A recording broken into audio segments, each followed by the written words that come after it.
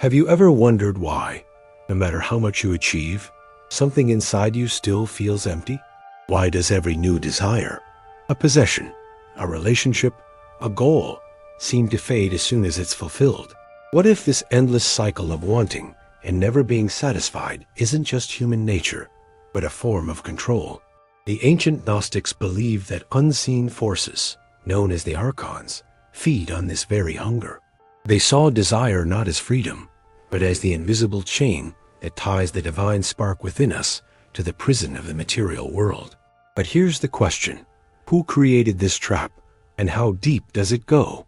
Today, guided by the interpretations of the philosopher Jonas, we'll uncover how these cosmic rulers manipulate the very structure of human emotion and thought to keep us enslaved in illusion, and how recognizing this truth might be the first step toward spiritual liberation. Before we go deeper, subscribe to the channel and join our community of seekers. Each week, we reveal knowledge that was hidden for centuries, so that your awakening doesn't end where the world wants it to. To understand how desire became a prison, we must first look at how the Gnostics described creation itself. According to their teachings, the material universe was not the work of the true, supreme source, the realm of pure spirit and light, but of an imperfect being called the demiurge. This entity, together with his servants, the Archons, shaped the physical world as a reflection of ignorance, not of divine wisdom. They created a world that looks beautiful on the surface, yet constantly seduces the soul into forgetting its origin. Jonas, one of the greatest interpreters of Gnosticism, explained that the Archons function as cosmic psychologists. They understand the human mind better than we do. They know how to make us desire endlessly, to crave more beauty, more pleasure, more control, all while believing we are acting out of free will. Each desire they plant leads us deeper into matter, further from the spiritual essence that once made us whole. Think about it. How much of what you want truly comes from your soul, and how much has been programmed by the world around you?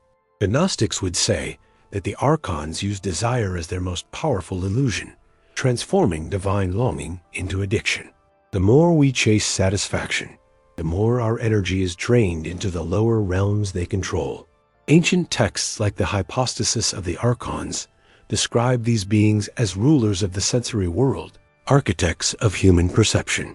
They weave illusions not only through what we see, but through what we feel. Desire becomes their masterpiece, a carefully constructed labyrinth of emotion that keeps us looking outward instead of inward. Jonas compared this to a psychological loop. We pursue pleasure, achieve it, then fall into emptiness, and so we seek again. The Archons don't need to punish us. They simply keep us chasing what can never fill us. This cycle fuels the material system that feeds on our attention, our time, and our life force. But why did they do this? And what is the true spiritual purpose hidden behind this illusion?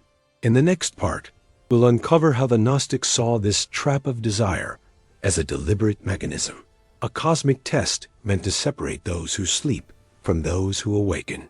In the beginning, according to Gnostic vision, the soul's deepest impulse was not desire, it was remembrance, a longing to return to the source, to reunite with the divine fullness known as the pleroma. This yearning was sacred.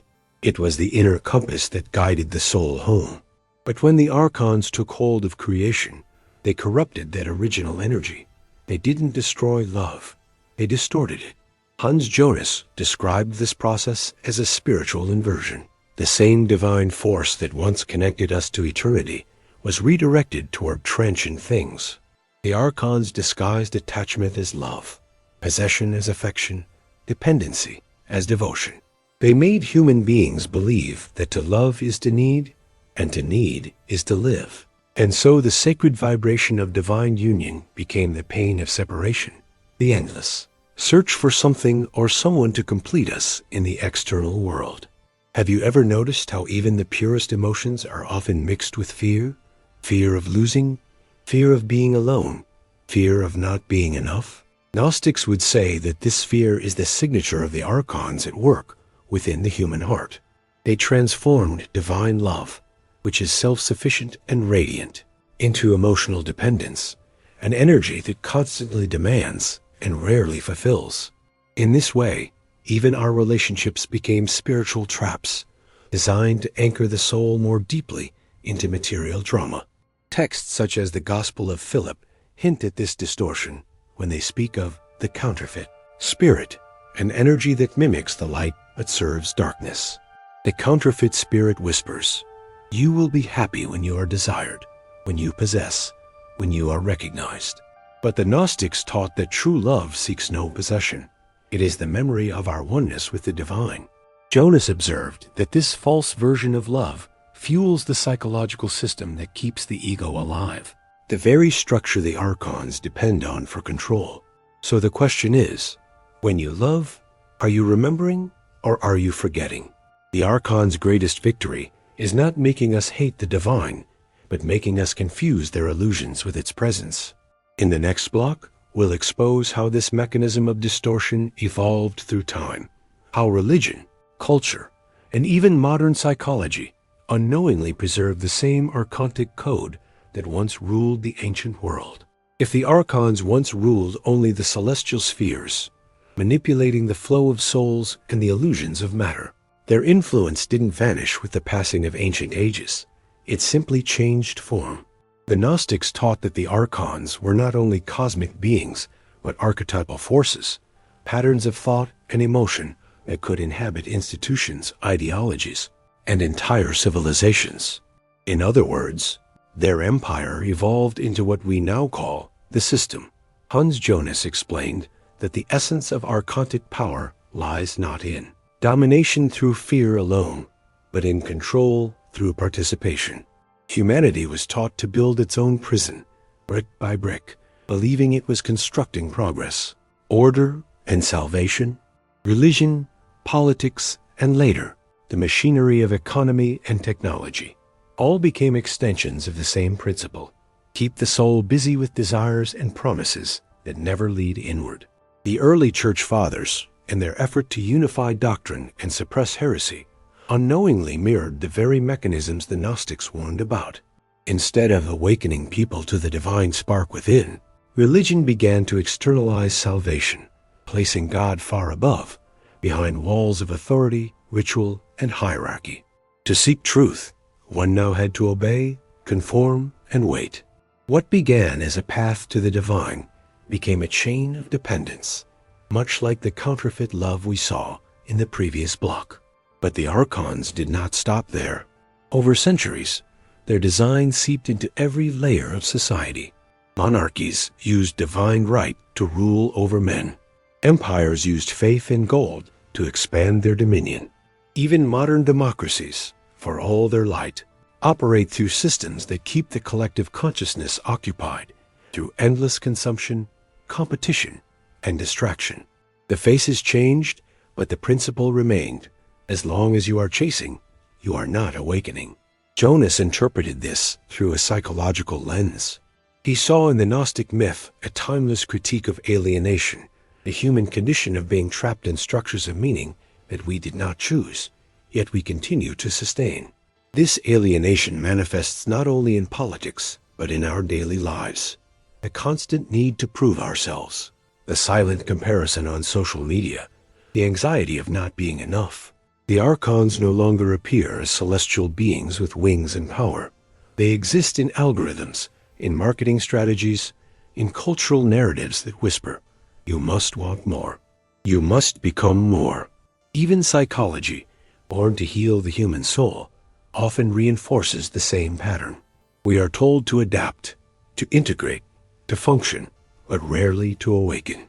Gnostics would call this the therapy of the Archons, a treatment that soothes the symptoms of the soul's captivity without ever questioning the prison itself. And so, the ancient mechanism of control remains hidden beneath the surface of progress. The Archons learned that the perfect system of domination is one in which the enslaved believe they are free. They understood that to rule the human spirit, it is enough to rule its desires. But amidst all this darkness, there is a hidden paradox, the same one the Gnostics believed could free us. Every illusion, no matter how deep, contains within it a spark of truth. Even in the machinery of control, there lies a path to awakening, for only those who recognize their chains can begin to break them. In the next block, we'll explore that turning point, the Gnostic revelation that exposes the weakness of the Archons and the forgotten method of liberation that begins not by fighting them, but by transcending their game entirely. The Gnostics never saw the Archons as enemies to be destroyed in the traditional sense. They understood something far deeper, that what imprisons us can also awaken us, if seen through the right eyes. In other words, desire itself, the very tool the Archons used to enslave us, contains the seed of freedom. It is not desire that is the problem, but our ignorance of its true direction.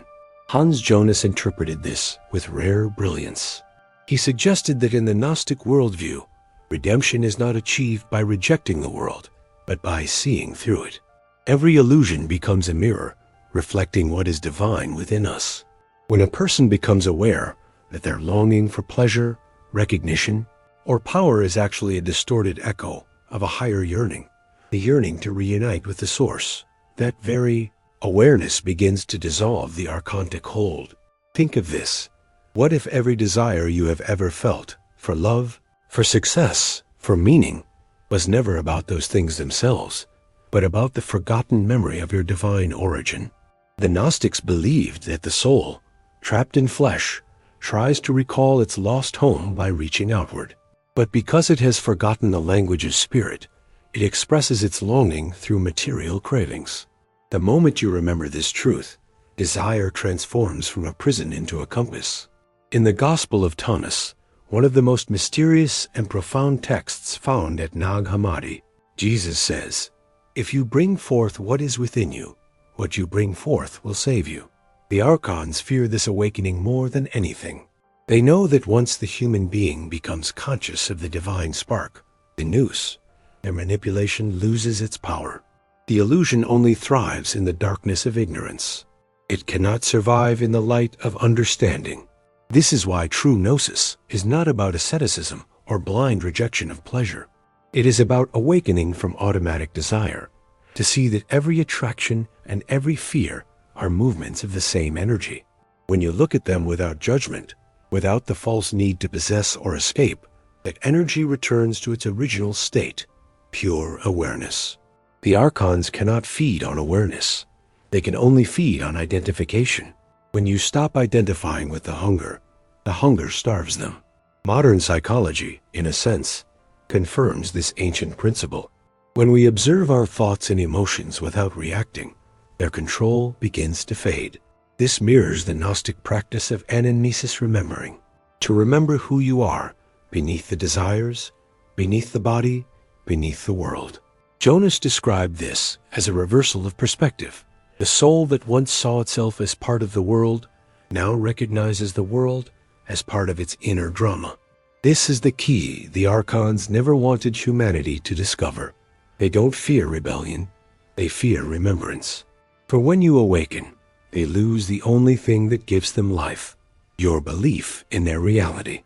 So the next time you feel desire rising within you, instead of suppressing it or chasing it, look directly into it.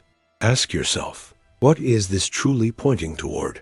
The more you follow this question inward, the closer you move toward the divine pulse that has been buried under centuries of illusion. In the next block, we will see how this transformation of desire was expressed in Gnostic symbolism, from the serpent and the divine feminine to the inner Christ, and how these archetypes reveal the hidden anatomy of awakening. If desire was the tool that enslaved humanity, then symbols were the keys left behind by those who escaped the prison.